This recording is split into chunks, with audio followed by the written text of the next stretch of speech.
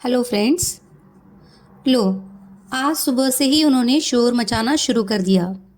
ए बहन, क्या पूछती हो कि तुम्हारी सास क्यों खफा हो रही है?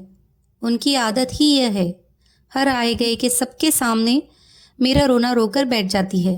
सारी दुनिया के ऐब मुझ में हैं, सूरत मेरी बुरी, फूहड़ मैं, बच्चों को रखना मैं नहीं जानती, अपने बच्चों से मुझे दुश्मनी, मियाँ की मैं बैरी, गर्जे की कोई बुराई नहीं जो मुझ में नहीं, और कोई खूबी नहीं जो उनमें नहीं।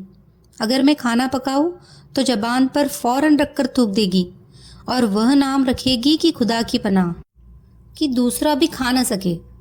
शुरू शुरू में तो मुझे खाना पकाने में काफ़ी दिलचस्पी थी। तुम जानती हो कि अपने घर पर भी अक्सर पका लेती थी, और मेरी अम्मा को इतना अच्छा खाना पकाना आता है कि अपने रिश्तेदारों में हर जगह मशहूर है। यहाँ तो जो पकाया उसमें बुराई ही निकली कि नमक तो देखो, जहर, मज़ा ऐसा कि मिट्टी खा लो। एक दिन खुद ही बड़े पकाए, इतने बुरे थे कि हमारे ससुर ने कहा कि ऐसी वाहियात बड़े किसने पकाए हैं। खूब बड़बड़ाई कि तुमको तो बस बहू के हाथ की चीज़ें अच्छी मालूम होती है, सारी उम्र यही तो पका पका कर खिलाती रही है, अब मैं क्या बोलती। खूब हंसे कि तुम्हारा सब्र पड़ा। मैंने सोचा कि काम करो और बातें भी सुनो, तो इससे बेहतर न ही करो। खाने पकाने पर ही क्या है, सीने पिरोने में जो कभी कभार एक आध चीज़ दर्जी से सिलवा लूँ तो बस फिर सुनो। महीनों हर आए गए के सामने होता है कि हमारी बहू साहब तो मीम साहब है, वह तो दर्जी से सिलवाती है। हर चीज़ अपनी बच्चों की या उनके कुर्ते पजामे खुद ही सी लेती हूँ, लेकिन कभी कभार किसी नई किस्म के ब्लाउज़ या कोट को दिल चाहने लगे तो दर्जी को दे देती हूँ, छिपा कर देती हूँ। फिर भी उनको इतने मुखबिर मेरे पीछे लगे रहते हैं कि हर बात की खबर कर देते हैं। जब मैं नई नई आई थी तो इनका एक चिकन का कुर्ता मैंने सी दिया था। हर एक को दिखाया गया और बुराई की गई, जो देखे चुप हो जाए। अच्छे खासे कुर्ते की कोई कैसे बुराई कर दे।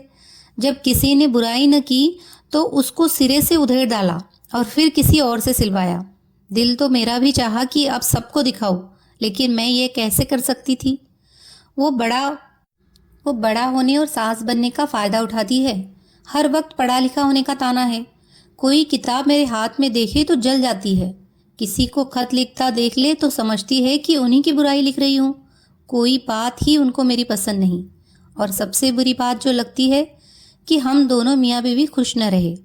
कभी अगर ये मेरे लिए कुछ ले आए और ख़बर हो जाए तो जल भुन कर रह जाती है, और उठते बैठते उनको ताना देती है कि तुम तो बीवी के गुलाम हो। हर वक्त मेरी बुराई उनके सामने करती है। वह सुनकर टाल जाते हैं, कभी माँ से बिगड़ भी जाते हैं, और कभी हंसकर कह भी देते हैं कि हाँ, बातें बहुत बुरी है अम्मा, मुझे दूसरी कर दो। उस वक्त तो उनको बातें सुनाती है कि जो तुम्हारे में ये हिम्मत होती तो यह सिर ही क्यों चढ़ती, और दूसरों के सामने कहती फिरती है कि मेरा लड़का तो अपनी किस्मत को रोता है। मुझे कहता है कि मेरी दूसरी कर दो।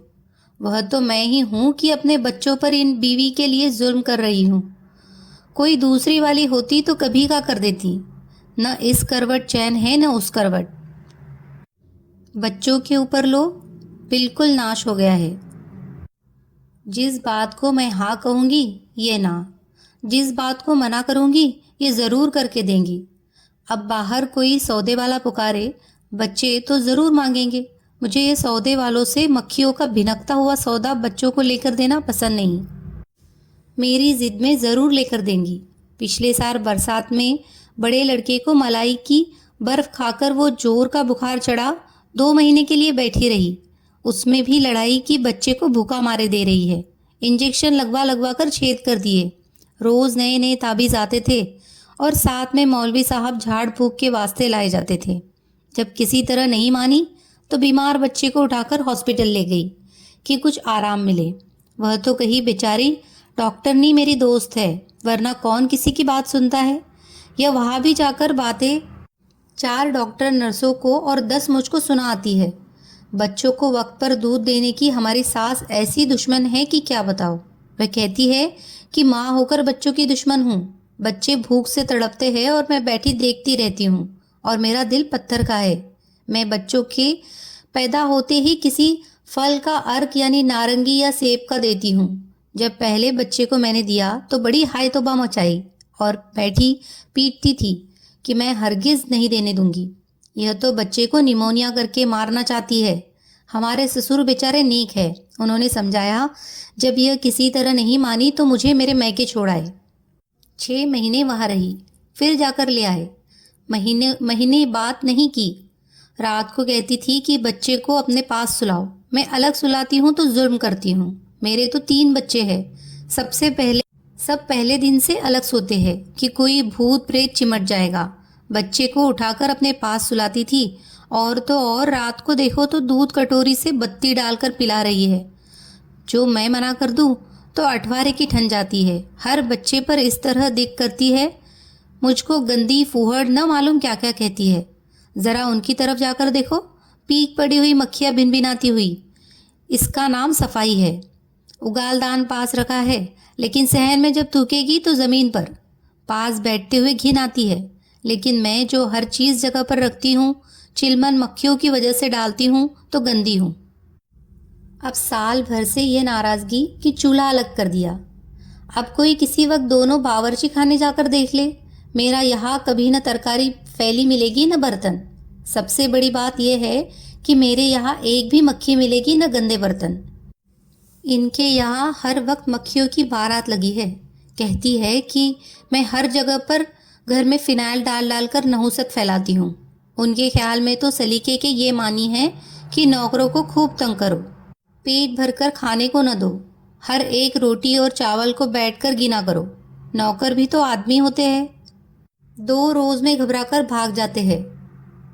मैं नौकरों के कपड़े बनाती हूँ, जबरदस्ती नहलवा कर बदलवाती हूँ तो कहती है कि मियाँ के रुपए का दर्द नहीं है, नौकरों को बादशाह बना रखा है। और एक इल्ज़ाम यह भी है कि नौकर इनके मेरे नौकरों को देखकर खराब हुए जाते हैं। मैं घर के आदमियों को बिगाड़ देती हूँ। और तो और घर में कोई आ जाए तो खफा होती है कि सामने क्यों होती हो, पर्दा क्यों नहीं करती। अब इनके कई दोस्त हैं। एक आध दफ़ा ऐसा भी हुआ कि वो घर पर न हुए। बस क़यामत उठाई कि मेम बन गई है, मर्दों से मिलती है, बेशर्म है, न मालूम क्या क्या कहा। जो मैंने कहा कि आपकी लड़की भी तो बेपर्दा निकलती है, तो बोली उसका मियाँ तो ज़बरदस्ती निकालता है। मतलब ये हुआ कि वह तो इनकी नेक है कि उनका निकलने का दिल नहीं चाहता और मियाँ के जुल्म से बाहर निकलती है। मैं इतनी ख़राब हूँ कि मर्ज़ी के खिलाफ़ निकलती हूँ। हर एक के सामने यही कहती है कि अपनी शर्म को गुस्से का घूंट पीकर चुप हो जाना पड़ता है। हमारी ननद तो किसी मदरसे में भी नहीं पढ़ी। शादी के बाद मियाँ ने पढ़वाया लिखवाया, हर जगह आती जाती है और हमारी सास को भी अच्छी तरह मालूम है, लेकिन छिपा जाती है। पिछली दफ़ा जब यहाँ आई तो मैंने अम्मा के सामने ही पूछा कि सच बताओ, क्या ज़बरदस्ती की जाती है जब बाहर निकलती हो या अपनी मर्ज़ी से? वह बोली, क्यों, क्या बात है? मैं तो अपनी मर्ज़ी से निकलती हूँ। अब मुझे कोई पर्दे में रखना भी चाहे तो न रहो। तो हमारी सास सुनकर क्या कहती है कि मेरे लड़के को तो मुझसे छुड़ा लिया है, उसके दिल में मेरी तरफ से नफ़रत बिठा दी। अब मेरे दूसरे बच्चों पर भी हाथ साफ करो, मेरे हर बच्चे के सामने मेरी बुराई किया करो। उलट भी उनका पलट भी उनका, वही काम मैं करूँ तो बुरा हो जाता है और उनकी लड़की करे तो अच्छा हो जाता है। इनको कभी मुझसे हंसकर बात करते तो देख ही नहीं सकती। उन्हें सबसे ज़्यादा रंज इस बात का है कि वो मुझसे क्यों मोहब्बत करते हैं। कमरे में मैं आई और वह मुझसे खुश होकर बोल लिए तो गज़ब हो जाता है। और तो और हर वक्त मेरी सूरत की बुराई इनके सामने होती है। इनको भी शरारत सूझती है तो कह देते हैं कि अम्मा, और तो सब ऐब है लेकिन शक्ल तो बहुत अच्छी है। कहने लगती है, शर्म नहीं आती? जोरों की तारीफ में मेरे सामने करता है। फिर तो वो मेरी तारीफ करती है। इनको हंसी आती रहती है, मेरा दिल जल जाता है। मैं चुपके से उठकर चली आती हूँ। हर वक्त मेरा अपना मुकाबला बेटे के सामने करती रहती है। भला कहाँ मैं कहाँ बीबी। उनका तो उस दिन कलेजा ठंडा होगा जिस दिन वह मुझे मारे या घर से निकाल दे या दूसरी शादी कर ले। और भी जो मेरी देवरानियाँ जिठानियाँ हैं वो अलग अलग शहरों में हैं।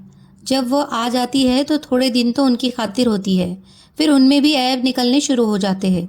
और फिर ये होता है कि मैंने सबको बुलाकर उनके खिलाफ मिसकॉट बनाई हैं। बुरी तो सभी बहुएं हैं, लेकिन सबसे बुरी मैं हूँ। और बदकिस्मती से थोड़ी पढ़ी लिखी भी हूँ, तो मेम साहब का खिताब मिल गया है। मैं तो जब यह अपनी बड़बड़ाहट शुरू करती है तो कमरे में जाकर किवाड़ बंद करके कुछ काम करने लगती हूँ कि न सुनूंगी न बुरा लगेगा। अब सुबह से फिर इस बात पर बड़बड़ा रही है कि बच्चों के मैंने कल टाइफाइड के टीके लगवा दिए, उनको थोड़ा थोड़ा बुखार है। बड़ा लड़का बहुत लाडला है और जाकर पास लेट गया। उसके सर पर हाथ रखकर जो बातें सुनानी शुरू की है तो अब 2 घंटे हो गए। अभी देखो कब तक ये सिलसिला चलता है।